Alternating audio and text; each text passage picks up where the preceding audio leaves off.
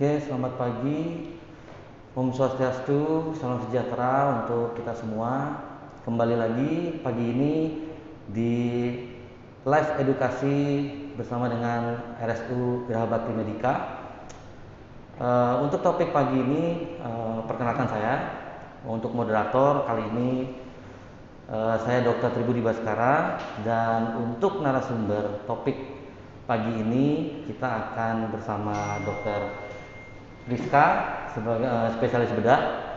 Dan topik pagi ini cukup menarik karena merupakan topik yang sebenarnya cukup banyak terjadi khususnya di Indonesia dan juga cukup tabu untuk dibicarakan di Indonesia, yaitu tentang kanker payudara. Sebelum memulai live edukasi ini, izinkan saya untuk memperkenalkan terlebih dahulu secara singkat tentang Dr. Priska, spesialis bedah.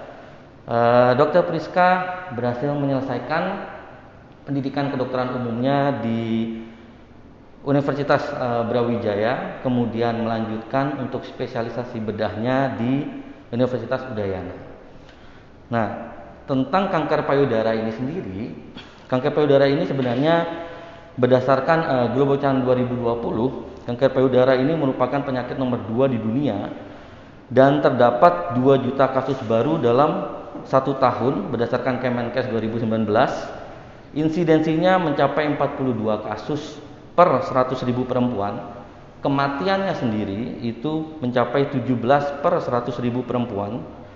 50% pasien datang dalam kondisi sudah mencapai stadium lanjut, dan 95%-nya terdiagnosis kanker payudara ini di stadium awal, itu berhasil bertahan hidup lebih dari 5 tahun sejak terdiagnosisnya. Jadi sebenarnya yang perlu diperhatikan di sini ya dok, itu adalah bagaimana kita proses untuk bisa mendeteksi lebih awal tentang kanker payudara ini sendiri dok. Iya, betul dok.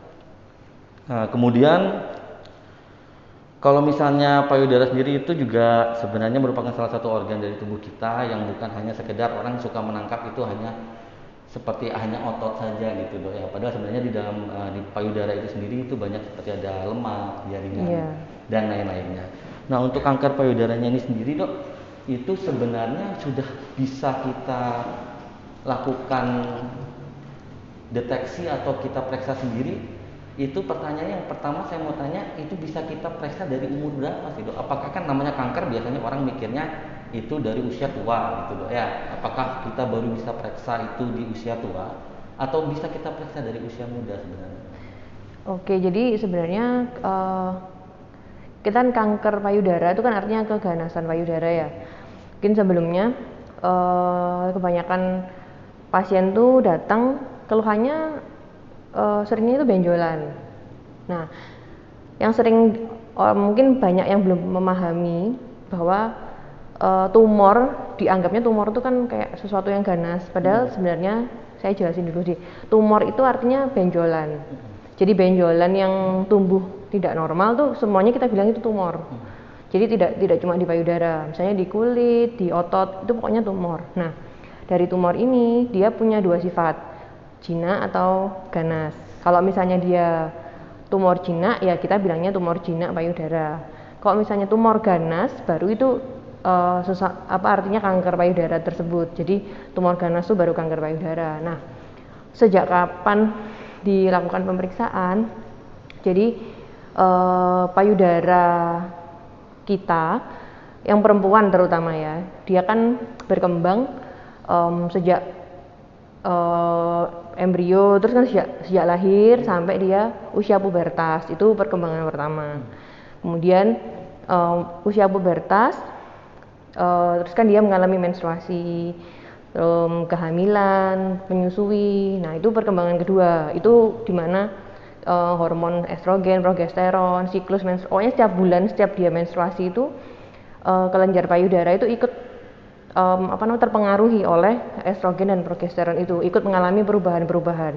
Nanti waktu dia menyusui, waktu dia hamil dulu, kan perubahan hormonal terjadi lagi. Nah, itu kelenjar payudara juga ikut mengalami perubahan sampai dia menyusui nanti. Jadi dalam masa masa reproduksi itu dia mengalami perubahan sampai ke menyusui.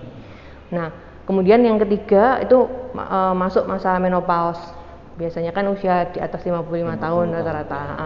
Nah, waktu di atas menopause itu terjadi perubahan lagi. Jadi yang awalnya payudara kan terdiri dari lemak, jaringan penunjang, jaringan ikat, sama kelenjar air susu kan, kelenjar dan salurannya. Nah, waktu menopause kelenjar air susu tadi itu dia mulai berubah menjadi lemak lebih banyak. Seperti itu, lebih banyak lemaknya. Itu setelah menopause. Karena kan hormonnya sudah menurun kan. Jadi berubah dia. Nah, kalau ditanya sejak kapan bisa melakukan pemeriksaan, screening ya, deteksi awal tuh ya sejak dia pubertas. Jadi begitu sudah menstruasi, kemudian kelenjar payudaranya mulai bertumbuh. Nah, itu sudah bisa aware, sudah bisa terjadi kelainan-kelainan. Kan kelainan payudara itu kan maksudnya banyak kan, kayak misalnya abses, infeksi itu kan bisa terjadi. Kalau yang sejenis infeksi itu malah bisa dari bayi. Karena kelenjar payudara kan udah ada. Dari bayi bisa. Tapi kalau yang berhubungan dengan tumor jinak katakan, itu sudah mulai kita bilangnya mungkin kayak remaja ya. Jadi mungkin usia 14-15 tahun itu kan sudah berkembang. Nah, itu harus mulai melakukan pemeriksaan.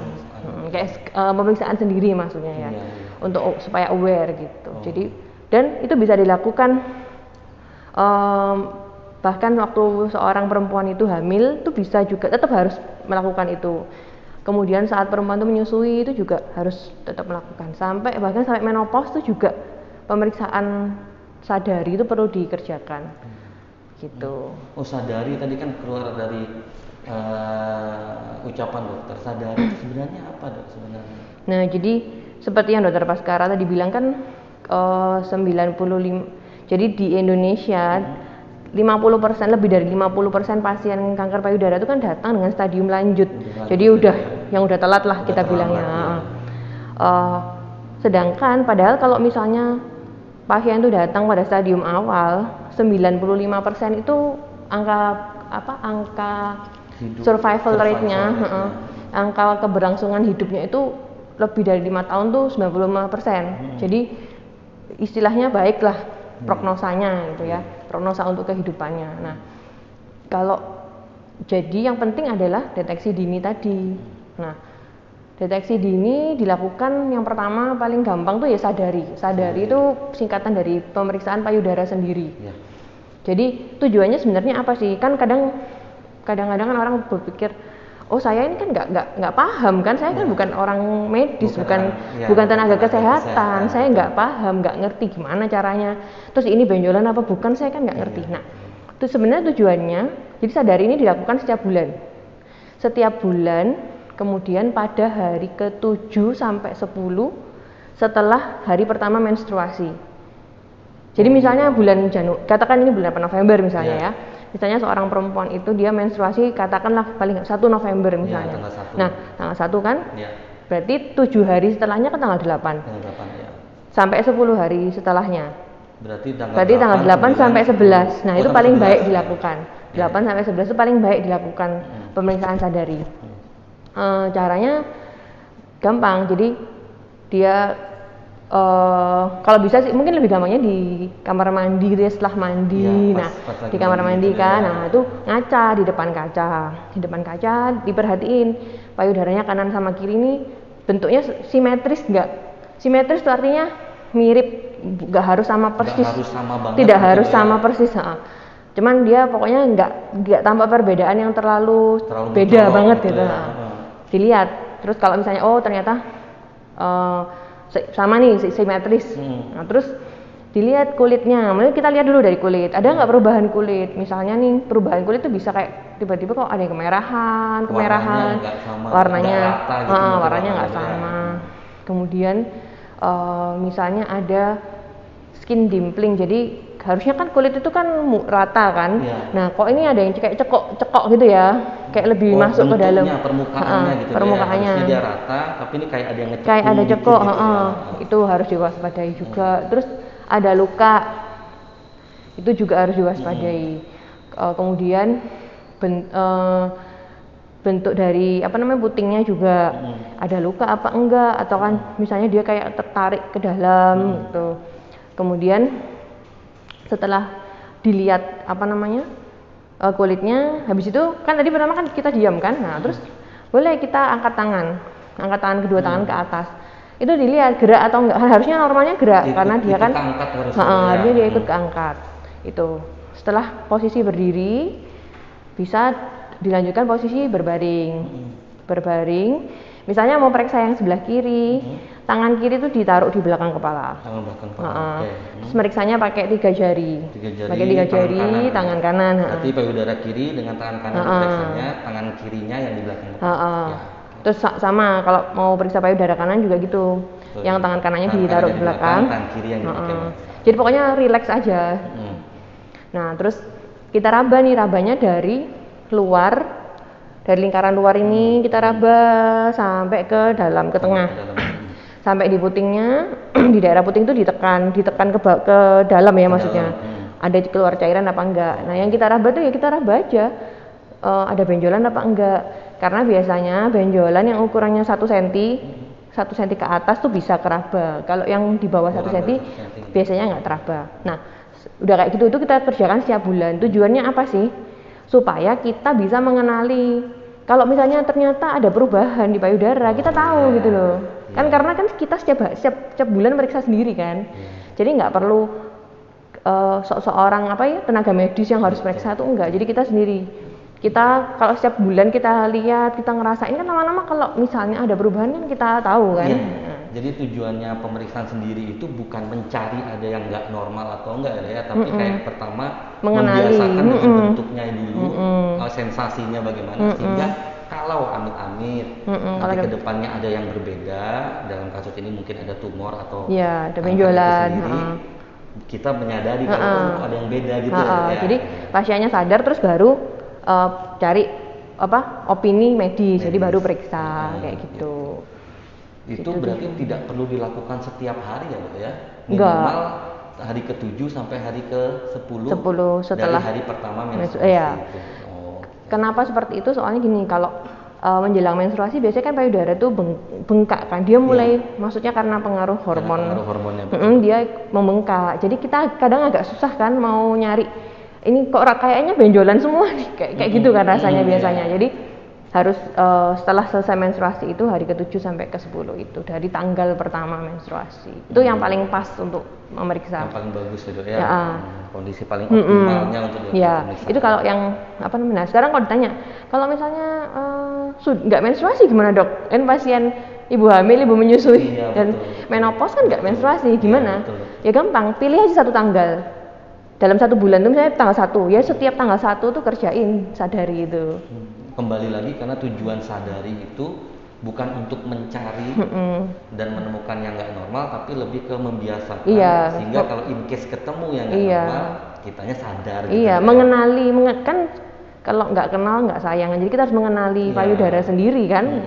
Gitu. Kalau kita nggak sering ngelakuin, tiba-tiba meriksa 1 tahun 1 kali, kita nggak tahu apa yang beda di sana gitu, Dok ya. Nah, itu tujuan sadarinya. Jadi bukan tujuannya beda dengan tujuan kayak kita sebagai dokter.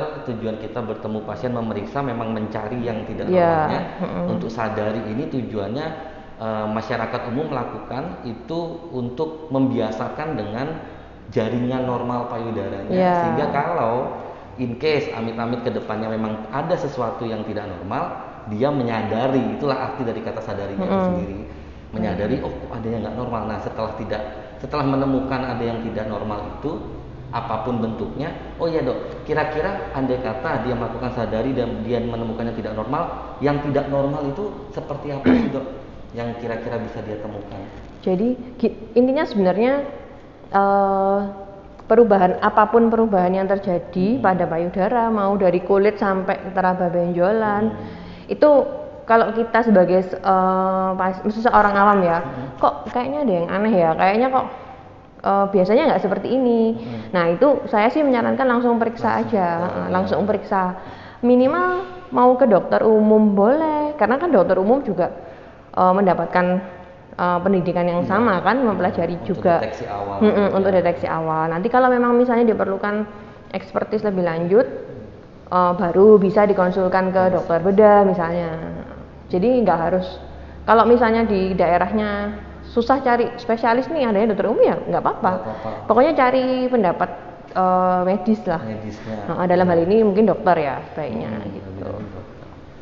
Ya, jadi sebenarnya itu yang jadi tujuan edukasinya hari ini itu adalah bukan bagaimana kita mengobati kanker payudaranya itu, tapi kita memberikan edukasi sehingga masyarakat yang menonton ini bisa mengerti dan mengajari ya Dok ya, mereka-mereka yang mungkin tidak dan belum mengerti untuk lebih awal mendeteksi kalau misalnya ada kanker atau tumor payudara.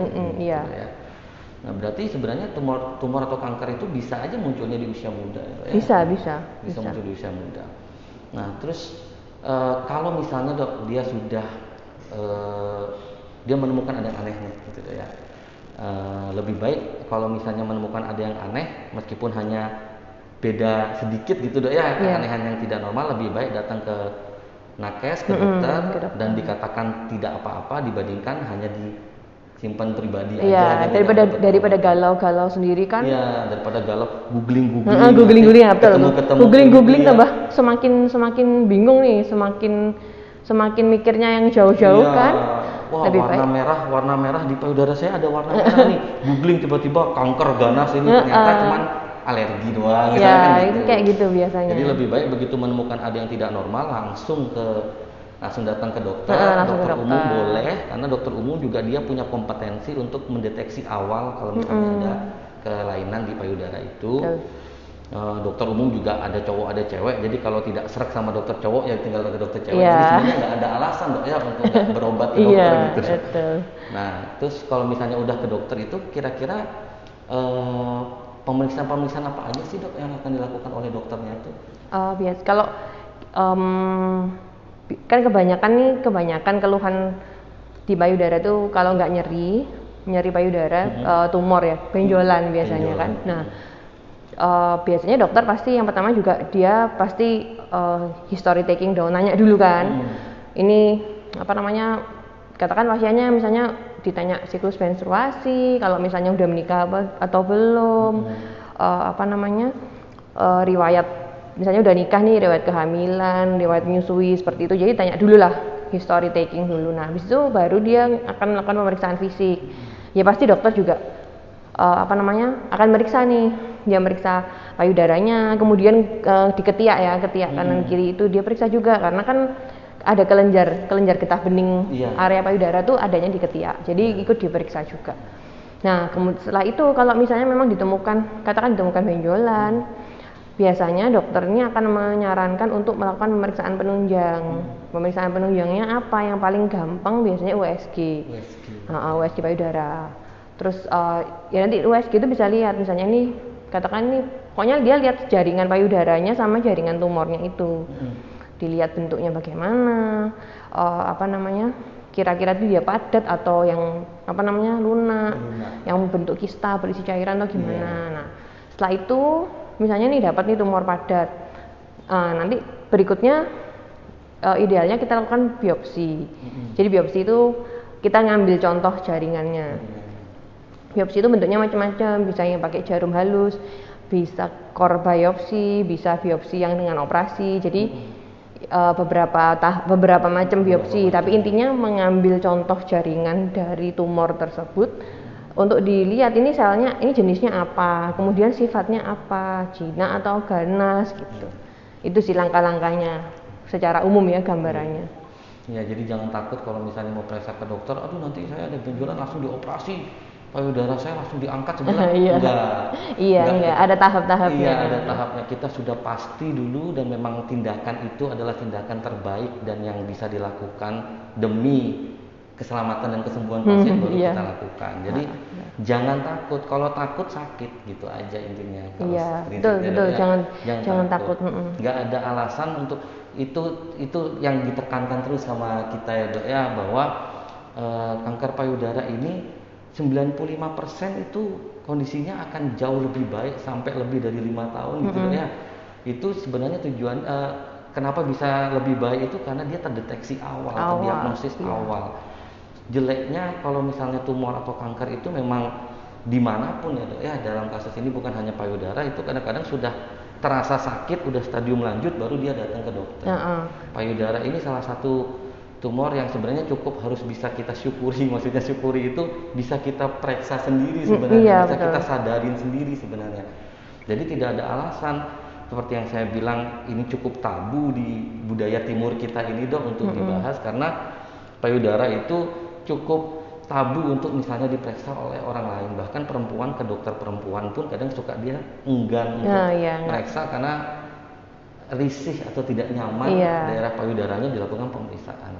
Padahal sebenarnya 95% itu angka yang sangat tinggi ya, survival rate-nya pasien dengan tumor atau kanker payudara ini. Gitu ya. Nah, kemudian Dok, ini yang saya juga sebenarnya rada penasaran Dok.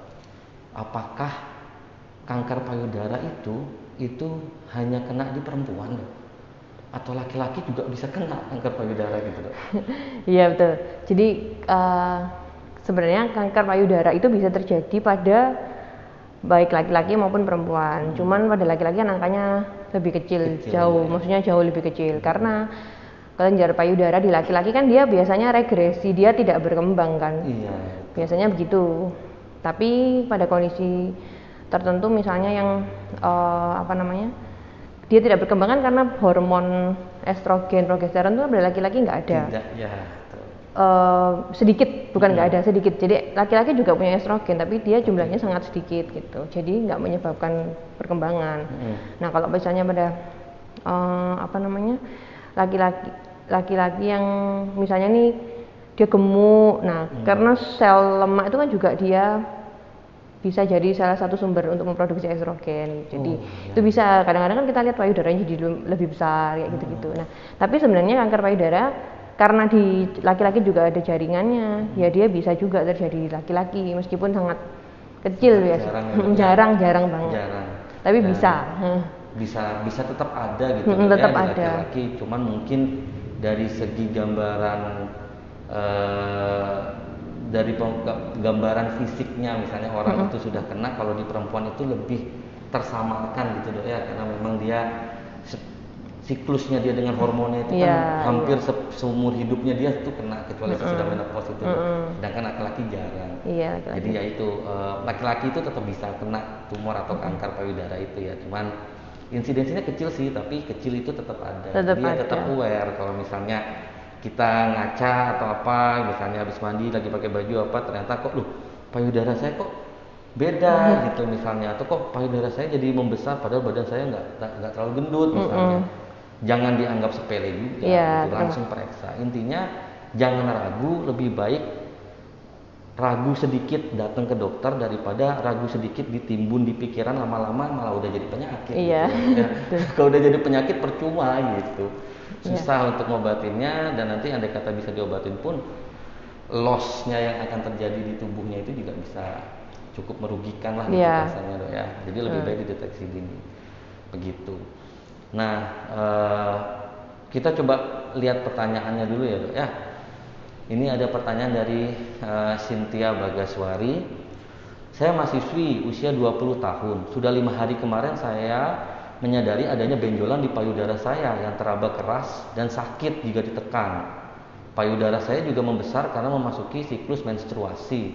Pertanyaan saya, apakah benjolan yang saya temukan itu normal karena menstruasi atau bagaimana? Terima kasih. Ya, oke. Pertanyaannya coba dijawab mungkin. Saya jawab dulu ya. Jadi ini seperti yang tadi saya bilang nih, kalau misalnya ini kan keluhannya benjolannya teraba saat dia menjelang menstruasi. Jadi kan payudaranya lagi bengkak. Nah itu bisa rancu nih, kita ngerabanya. Ini benjolan, memang benjolan atau karena bengkak atau gimana? Kalau kondisinya seperti ini, kembali yang saya bilang, ini kan dia nggak yang bulan-bulan sebelumnya bagaimana? Ada keluhan nggak ya kan? Yang pertama, kalau kita melakukan sadari, kita pasti tahu dong. Oh bulan lalu nggak ada nih benjolan misalnya, bulan ini kok ada. Nah itu kita bisa tahu kan. Kemudian kalau seperti ini saya sarankannya sih nanti setelah selesai, yaitu hari ke-7 setelah mens hari pertama tuh diperiksa lagi, diraba sendiri. Ada nggak benjolannya, masih ada atau enggak? Kalau memang misalnya masih keraba, ya boleh langsung ke dokter biar kita bisa periksa. Kalau memang kita raba ada benjolan, ya langkah berikutnya pasti kita suruh USG kayak gitu. Betul, dilakukan kalau misalnya ternyata diraba hilang, nggak ada nih, nggak keraba lagi, nanti kita lihat lagi, observasi aja bulan depan bagaimana. Bulan depan menjelang menstruasi gimana? Oh ternyata bengkak lagi, terus kok keraba keras lagi, nyeri. Nah setelah mens nggak teraba lagi, oh ya udah berarti itu memang karena menstruasi. Tuh. Iya. Berarti tetap kita pertama dipikirkan boleh, tapi jangan terlalu khawatir dulu ya dok ya. Misalnya baru ditemukan, saya periksa bulan November, bulan Oktober nggak ada. Nggak ada. Ternyata saya November ada. Waduh, langsung panik, jangan dulu. Coba ditunggu untuk bulan Desembernya bagaimana. Kalau masih ada juga, baru coba cek ke dokter bagaimana gitu dok ya. Oh, untuk waktunya sendiri dok, andai kata, oh saya bulan November periksa ada nih, 3 bulan saya periksa ada nih. Selama 3 bulan maksudnya? Ya, selama 3 bulan berturut nih, ada. September, Oktober, November ada terus nih yang berbeda di tanggal kita anggapnya tanggal 8 gitu dok ya. Tanggal 8. Nah, dia pengen ke dokter nih dok periksa. Apakah ada waktu yang bagus untuk periksa ke dokter? Misalnya saya datang ke dokter di hari ke-8 mens saya di bulan Desember gitu misalnya dok. Iya, jadi lebih baik. Jadi waktu misalnya 3 bulan berturut nih kok keraba terus. Ya udah, kalau mau ke dokter lebih bagus ya saat setelah menstruasi selesai itu, yang hari ke-7 sampai 10 itu di hari idealnya. Yang sama dia lakukan pemeriksaan gitu dok ya. Jadi dekat-dekat itulah. Jadi waktu saat kondisi payudaranya udah lebih lunak lah istilahnya. Enggak terpengaruh, maksudnya pengaruh hormonnya udah turun. Oh berarti sesudah itu dok, sesudah hari kan tadi diperiksanya di hari ke-7 sampai ke-10. Setelah mens hari pertama. Ke dokternya itu di hari itu juga nggak dok, di bulan berikutnya atau sesudahnya? Ya pokoknya lihat dari menstruasinya aja. Jadi kalau misalnya datang ke dokternya nih saat menjelang menstruasi di mana payudaranya lagi bengkak, nyeri, keras, nah itu juga susah. Kita sebagai dokter juga ngerabanya juga susah juga kan, lebih susah maksudnya. Kok kerabanya semuanya agak membengkak, apalagi kalau misalnya kesakitan. Jadi nanti pasiennya merasa loh kok sakit semua, gitu kan. Padahal itu karena dia mau menstruasi. Jadi melakukan pemeriksaannya ya sama, kira-kira waktunya saat itu melakukan sadari tadi itu kira-kira. Pas di hari-hari sadari tadi. Jadi pas di hari-hari itu. Karena itu adalah timing paling optimal untuk ya pemeriksaan. Untuk melakukan pemeriksaan. Jadi kalau misalnya mau dilakukan pemeriksaan ke dokter, datangnya di hari-hari itu aja gitu. Ya, biar kita periksanya juga bagus. Kalau datangnya di hari pertama atau kedua menstruasi, nanti sakit semua. Biasanya masih bengkak. Datangnya justru sesudah menstruasinya jauh, di mana andai kata itu udah mendekati siklus berikutnya. Iya, udah. Jadi malah pemeriksaannya tidak optimal gitu. Iya. Untuk pertanyaan keduanya dari mungkin gini aja deh, saya karena rada tabu nih dok ya, saya mohon maaf ke sebelumnya. ID-nya saya sementara tidak sebutkan dulu di mana ya. Soalnya kan ada tabu nih dok, nanti kalau dia nanya di sini pertanyaan Sungkan yang ya. tidak enak, ya kan kasihan juga ya. Jadi saya nggak sebutkan, tapi nanti pertanyaan siapa saya catat, karena kan nanti kita ada giveaway dari kita gitu. Pertanyaan kedua, halo dok, apakah kanker payudara itu bisa menyebabkan keadaan emergensi? Jika iya, pertolongan seperti apa yang bisa diberikan saat di rumah? Nah, ini kalau kanker payudara itu kan dia kalau yang stadium sudah lanjut ya, dia kan bisa menyebar kemana-mana tuh. Nah, emergensinya ya biasanya sehubungan dengan penyebarannya itu. Contohnya misalnya menyebar ke paru-paru misalnya, ya sesak biasanya, sesak. Kalau di rumah ya nggak bisa ya bawa ke UGD kalau sesak, kan butuh oksigen soalnya. Terus kalau misalnya apa nih yang biasanya yang sering tuh ini, kan pasien tuh sering kali dia takut ya, kebanyakan. Kalau pasiennya datang dengan stadium lanjut tuh biasanya keluhannya tuh, kalau kita tanya kenapa bu kok datang lu udah sampai kayak gini nih, udah kayak gini kondisinya kok baru datang, alasannya biasanya karena takut. Ya itu. Udah keraba nih benjolannya lama tapi dia takut, kayak denial gitu, ini bukan apa-apa lah, ini nggak masalah gitu. Jadi akhirnya makin berkembang makin parah terus terlambat kan. Nah Kondisi kedua biasanya bisa jadi luka kan, di payudaranya itu bisa jadi luka. Nah lukanya tuh bisa yang sampai jadi Jelek ulkus kan. jelek Ya, gitu. Nah ya, udah jadi jelek. bisa berdarah, gampang berdarah. Nah itu bisa juga emergensinya kalau dia berdarah terus nggak mau berhenti, ya itu harus ke UGD juga. Di rumah mungkin bisa ditekan pakai, kalau ada kasa sih lebih bagus, kasa steril gitu, ditekan terus langsung ke UGD. Kalau misalnya memang nggak ada, ya udah pakai kain bersih juga, apalah yang ada pokoknya untuk neken gitu. Selama Biar perjalanan tuh ditekan biar darahnya biar nggak terlalu banyak. Iya. Ya itu makanya ditekankan terus selama edukasi ini bahwa jangan takut. Orang memang kalau udah dengar namanya tumor kanker itu di kepalanya operasi. Nah, kalau udah di payudara nanti dipikirnya nanti payudara saya kiri dihilangin yang kiri gitu. Padahal ditekankan kalau dari awal sudah terdiagnosis, dari awal sudah terdeteksi, itu tuh ada kemungkinan memang tidak perlu seperti sampai ke sana gitu dok ya. Si terapinya tergantung dari bagaimana sikonnya segala macam gitu. Bagaimana kondisi pasiennya segala macam, apakah jenis tumornya, apakah jenis kankernya gitu dok ya. Tapi semakin cepat kita deteksi, maka survival rate dan kondisinya nanti juga akan lebih bagus dibandingkan kalau dia datangnya sudah kondisi stadium lanjut kan gitu dok ya.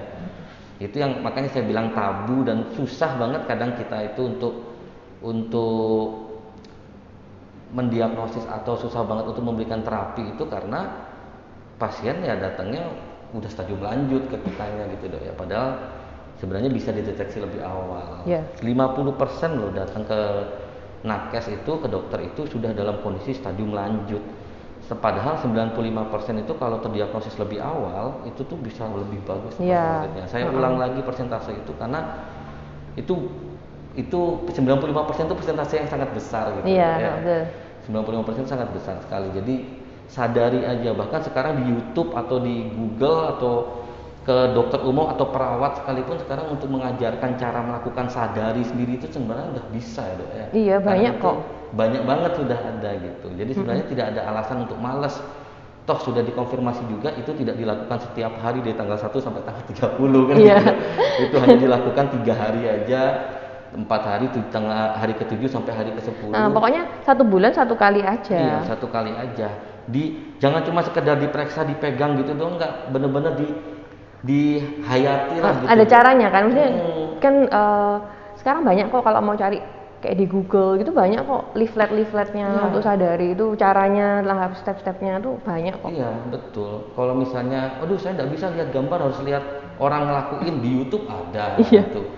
Jadi sebenarnya harus bisa dilakukan biar tangannya itu familiar, biar sensasinya tuh familiar. Jadi kalau nggak normal bisa cepat gitu ya. Itu intinya untuk tumor payudara, kanker payudara ini harus cepat terdeteksi.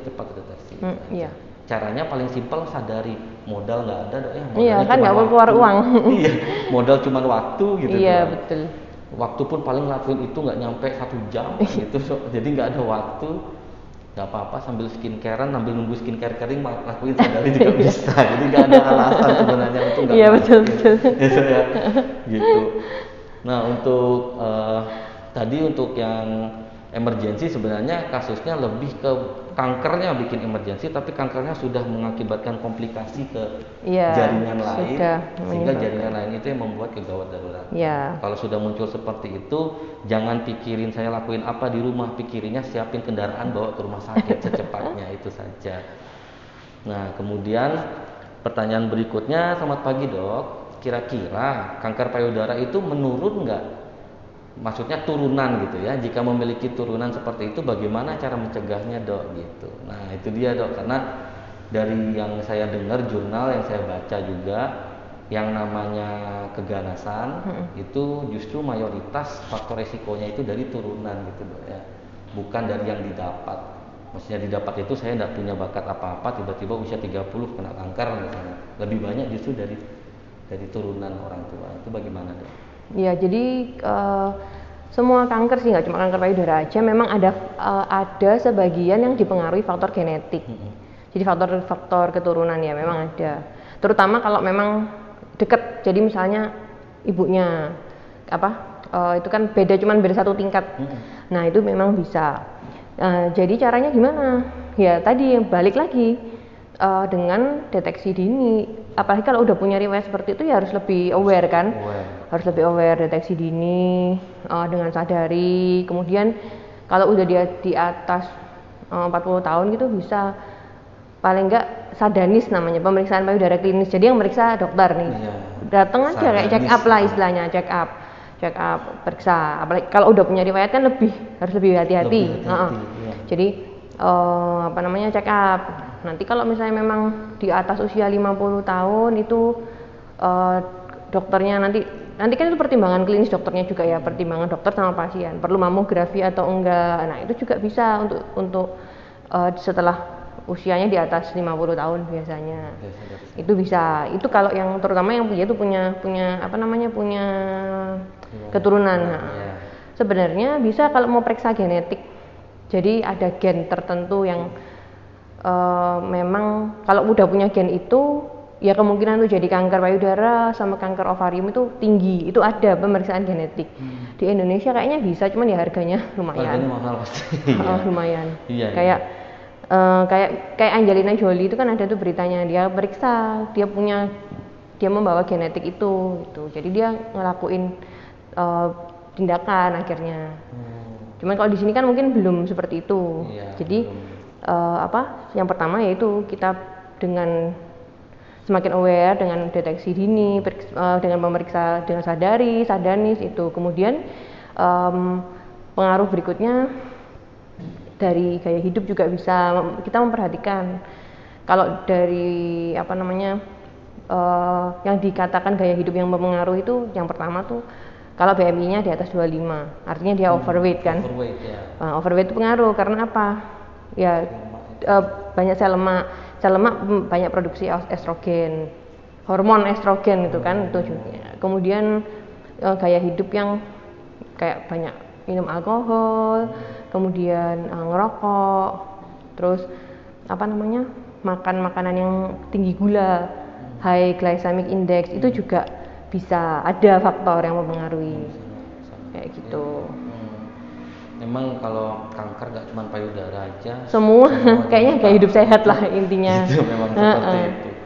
Ya cuma kanker payudara kalau aja. Kalau memang ada riwayat keluarga khususnya yang satu tingkat itu ya, misalnya orang tua ibunya misalnya ada kanker payudara, dia harus lebih aware sebagai anak untuk itu. Tapi ya tetap aja ngomong seperti ini bukan berarti yang tidak punya riwayat turunan kanker payudara jadi nggak terlalu aware, enggak.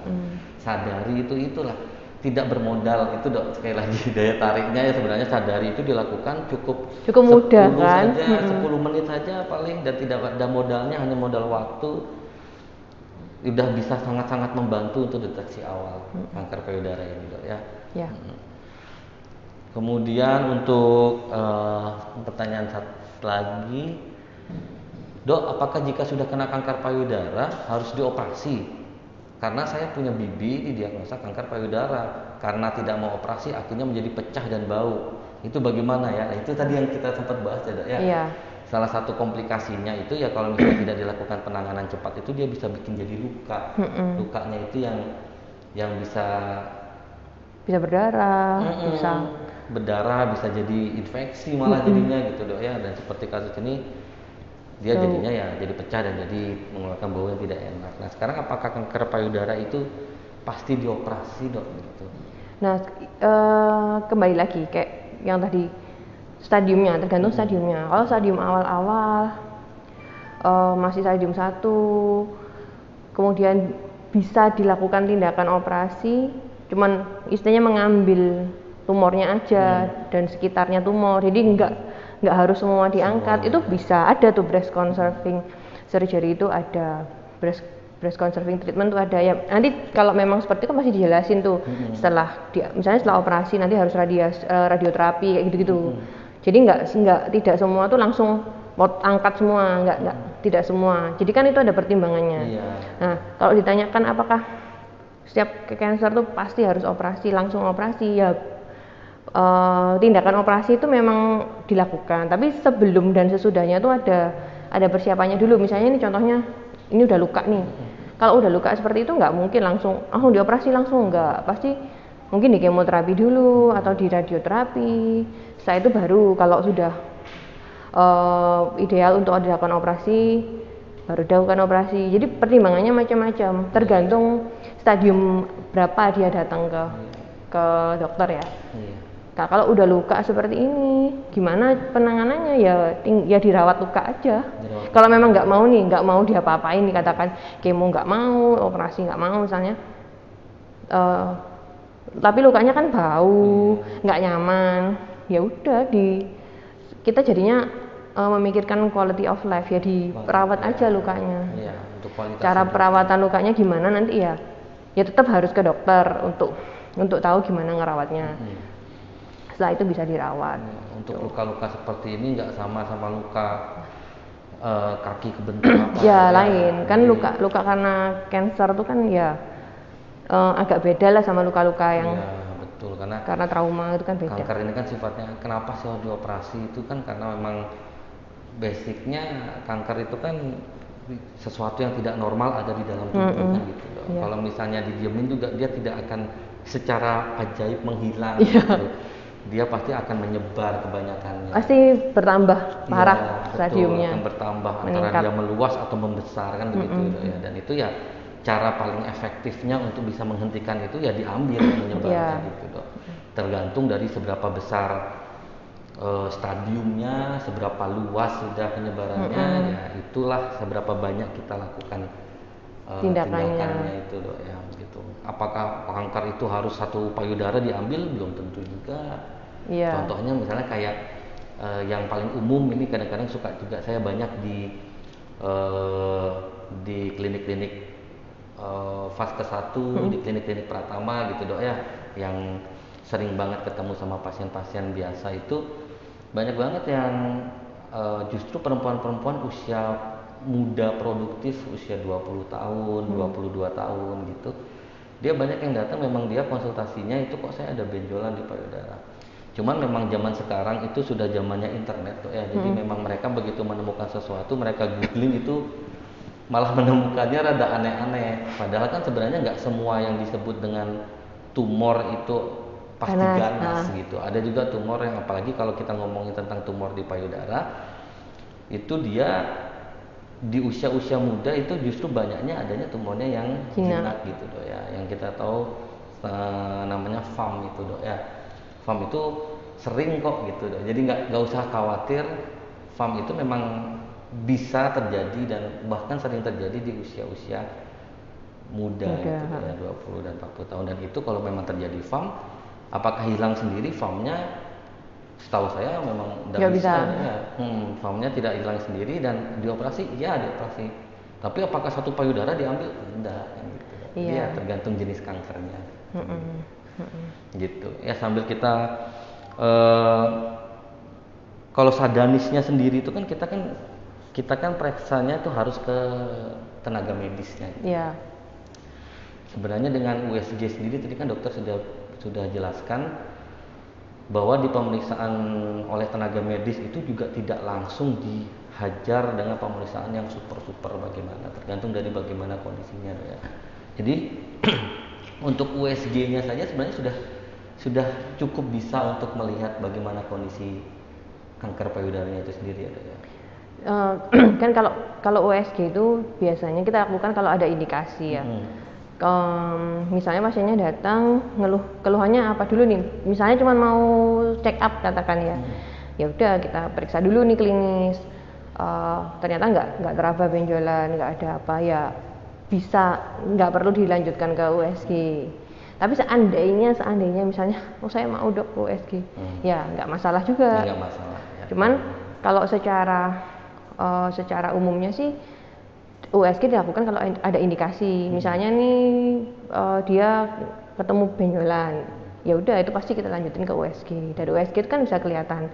Sebenarnya dari perabaan kita tuh bisa perkiraan, kira-kira ini ke arah tumor jinak atau tumor ganas bisa. Terus ditambah USG kan, ternyata USG-nya bilangnya ini mengarahnya ke tumor jinak. Kalau memang dia tumornya bentuknya padat, itu biasanya kita lanjutin dengan FNA, jadi biopsi jarum halus, jadi diambil sedikit itu jaringannya. Atau kalau misalnya mau langsung biopsi yang operasi juga bisa, jadi kita ambil tumornya langsung kita bawa ke patologi anatomi untuk benar-benar memastikan. Jadi dari pemeriksaan klinis dan pemeriksaan penunjang saja itu kita nggak bisa mengeluarkan diagnosa ini tumor jinak, ini tumor ganas, nggak bisa. Harus dengan pemeriksaan patologi anatomi tadi itu, dengan biopsi itu baru jelas tuh, oh ini sel tumor ini sifatnya jinak, oh ternyata sel tumornya yang ini sifatnya ganas, kayak gitu. Itu dari patologi anatomi, nggak bisa dari cuman dari pemeriksaan klinis sama penunjang.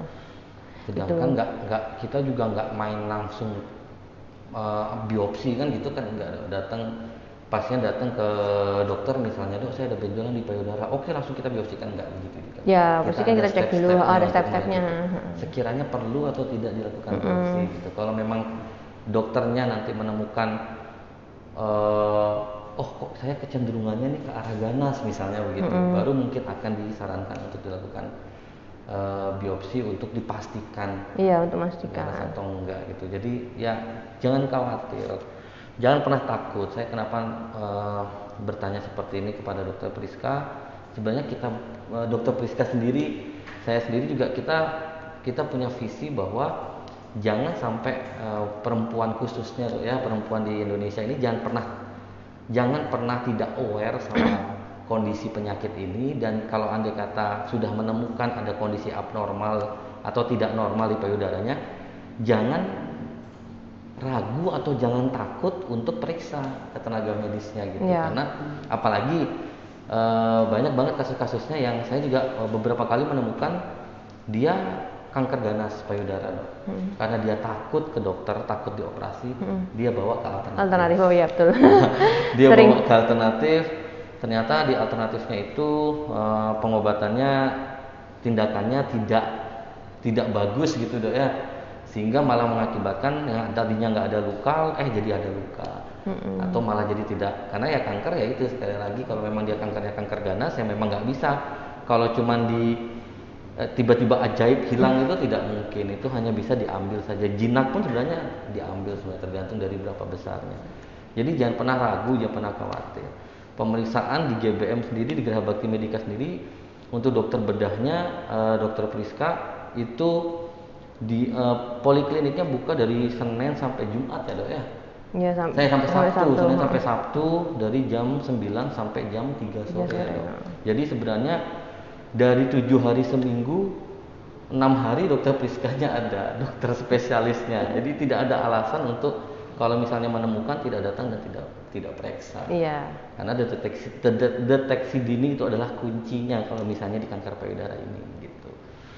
Nah, kita kembali ke pertanyaan lagi. Saya umur 40 tahun ke atas, aktif menyusui. Setelah selesai menyusui, kadang ada sakit nyeri sebelum datang bulan, tapi setelah itu hilang. Nah, itu tidak setiap bulan sakit. Sementara riwayat nenek dari pihak ibu ada kena kanker. Sementara riwayat nenek dari pihak ibu kena kanker. Nah, ini kondisi seperti ini nih, kenapa nih, dok, kira-kira, dok? Bentar, maksudnya ini pasiennya umur 40 tahun ke atas. Riwayat dari dulu riwayat menyusui maksudnya ya, mungkin ya. Dia 40 tahun aktif menyusui itu maksudnya sekarang masih menyusui. Sekarang lagi menyusui mungkin. 40 tahun dia masih menyusui. Loh ya. Bisa aja baru punya anak, bisa aja. Mungkin dia sekarang sedang aktif menyusui, dok, masih aktif menyusui. Nah, setelah mungkin saat menyusui itu dia sakit, tapi setelah selesai menyusui sakitnya hilang gitu, dok, misalnya. Setelah selesai menyusui kadang ada rasa nyeri. Setelah selesai menyusui kadang ada sakit nyeri sebelum datang bulan, tapi setelah itu hilang. Maksudnya ini kayaknya dia udah nggak menyusui mungkin. Udah nggak menyusui ya mungkin ya, dok, ya. Mungkinnya dulu aktif menyusui itu. Terus setelah itu kadang ada rasa menyusui. Nah, setelah selesai dia aktif menyusui itu, dok, ya. Nah, sekarang muncul nyeri sebelum datang bulan, tapi sesudah datang bulan hilang nyerinya. Tapi nggak setiap bulan. Nah, tapi nggak setiap bulan dia sakit seperti itu. Jadi hilang timbul. Sedangkan dia neneknya ada riwayat kanker payudara. Nah, ini apakah ini suatu kondisi yang harus diperhatikan lebih lanjut? Perlu tidak ke dokter gitu misalnya, dok?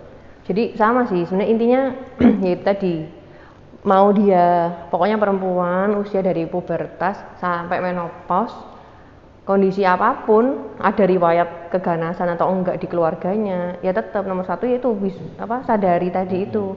Jadi dia mau dia tidak kondisinya masih remaja, terus sedang hamil tuh pun bisa kita melakukan sadari itu bisa. Sedang menyusui, kalau sedang menyusui mungkin meriksanya ya itu tadi kan, cari tanggal kan, misalnya dia nggak menstruasi nih kan, hamil dan menyusui kan tidak menstruasi biasanya, ya dia cari tanggal misalnya tanggal 1 setiap bulan, cek kalau lagi menyusui, terutama ya waktu setelah dia selesai nyusuin atau setelah pumping, jadi pas payudaranya lagi kempesnya itu baru dia cek.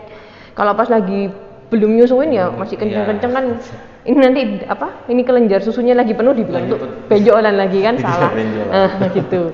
Terus waktu hamil dan menyusui kan itu bisa ngecek sadari. Terus menopause itu juga perlu dilakukan sadari. Kemudian pada perempuan yang pakai implan payudara nih misalnya, itu juga bisa.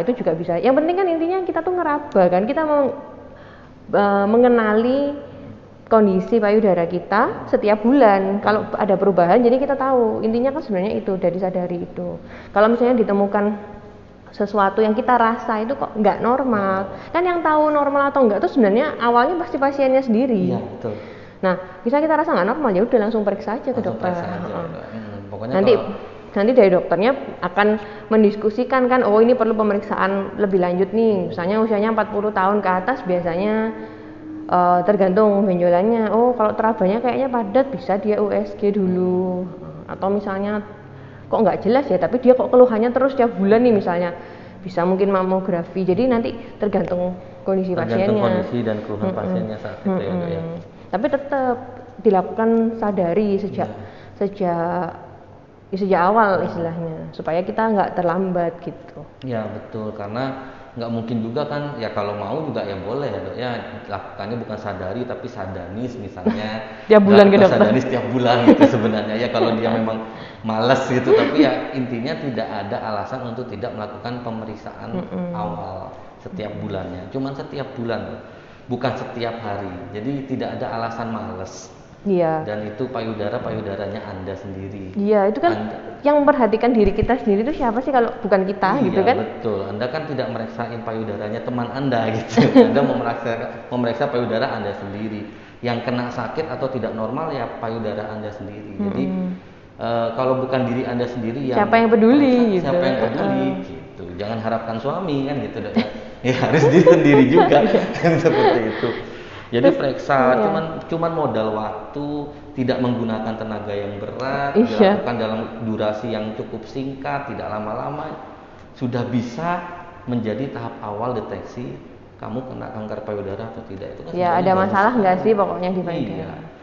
Bukan untuk mencari yang tidak normal lagi ya dok ya, intinya sadari, bukan untuk mencari yang tidak normal, tapi membiasakan tangan dan badan serta sensasi tubuh itu untuk merasakan yang normal seperti apa, sehingga kalau tiba-tiba ada yang tidak normal, lebih cepat tahu kan. Lunak tiba-tiba, kok sebelah sini ada yang keras satu, itu jadi sensitif kita, iya gitu. jadi tahu. Nah kalau sudah menemukan seperti itu, jangan googling, jangan apa, jangan ke alternatif juga. Jangan langsung aja. Kalau bisa jangan ke alternatif juga gitu, bukan apa, karena kan kita tidak tahu bagaimana terapi yang dilakukan oleh alternatif itu. Jadi kita kan takutnya malah misalnya abses misalnya gitu dok ya, takut ke dokter dikiranya kanker, karena abses itu kan kerasanya sakit, sakit merah juga.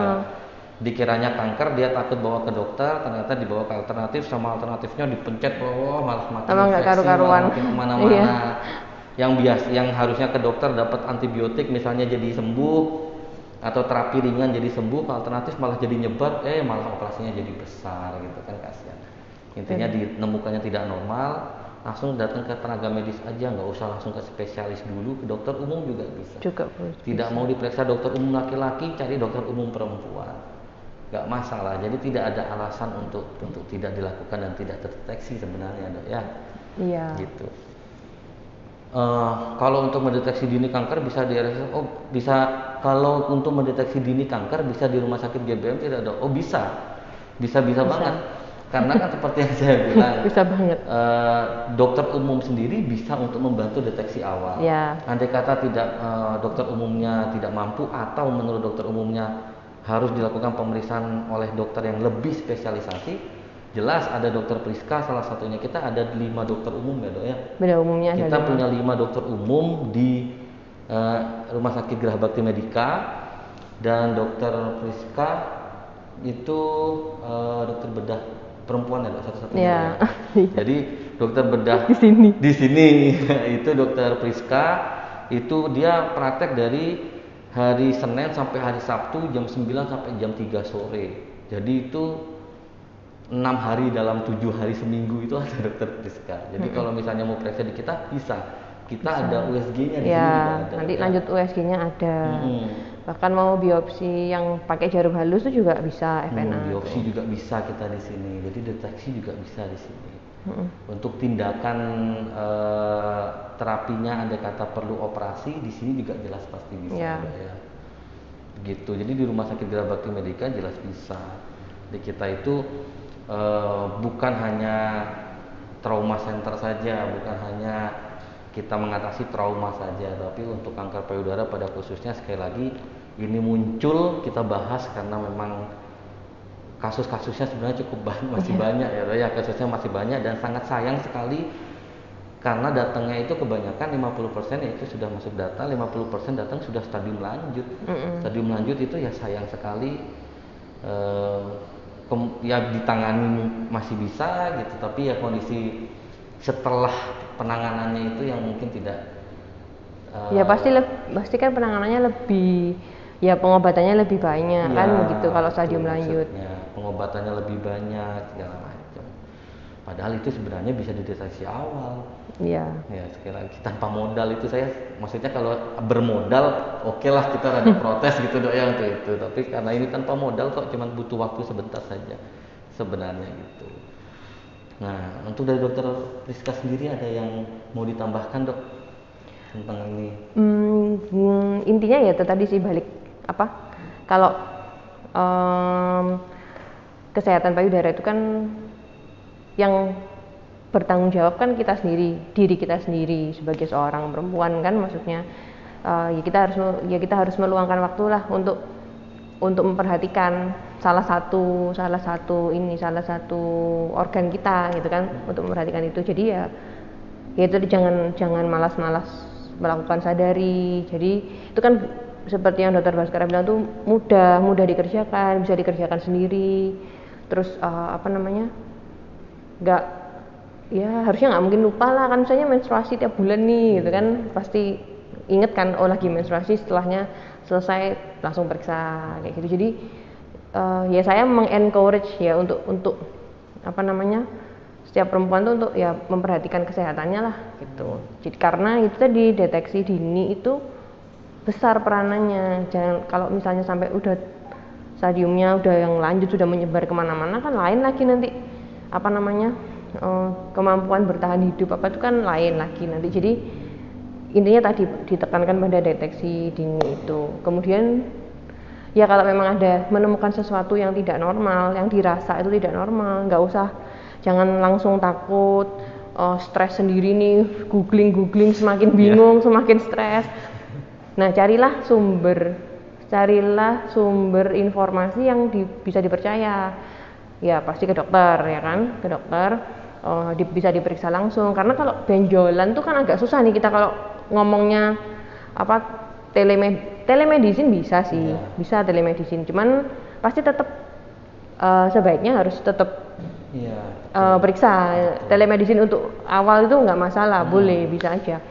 Karena kan istilahnya kayak mendapatkan pencerahan awal kan, daripada galau-galau sendiri nanya Google makin bingung nih.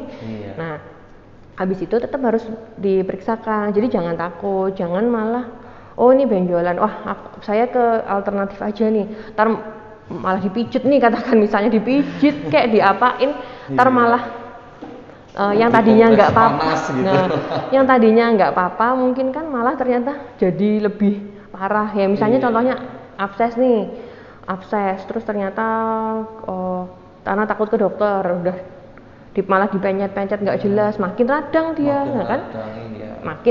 Makin lebih berat lah Makin istilahnya. berat, Jadi iya. carilah sumber informasi dan pemeriksaan tuh ke tempat yang benar gitu, ke sumber yang benar, Iya. ya ke dokter gitu. Jadi ya supaya nggak salah. Nggak Kan yang salah. sebenarnya nanti yang rugi kan kita sendiri. Iya, betul. Pasien sendiri kan yang rugi gitu loh. Betul sekali, iya. Jadi kuncinya itu adalah jangan malas. Pertama, jangan malas untuk lakukan sadari, ya. Karena peningkatan kesembuhan pasien itu diawali dengan deteksi yang lebih awal. Ya, deteksi dini. Dan apabila memang sudah dilakukan sadari dan mendeteksi ada sesuatu yang tidak normal di awal, jangan takut untuk datang ke yang kompeten. Datanglah ke dokter, bisa dokter umum, bisa dokter spesialis.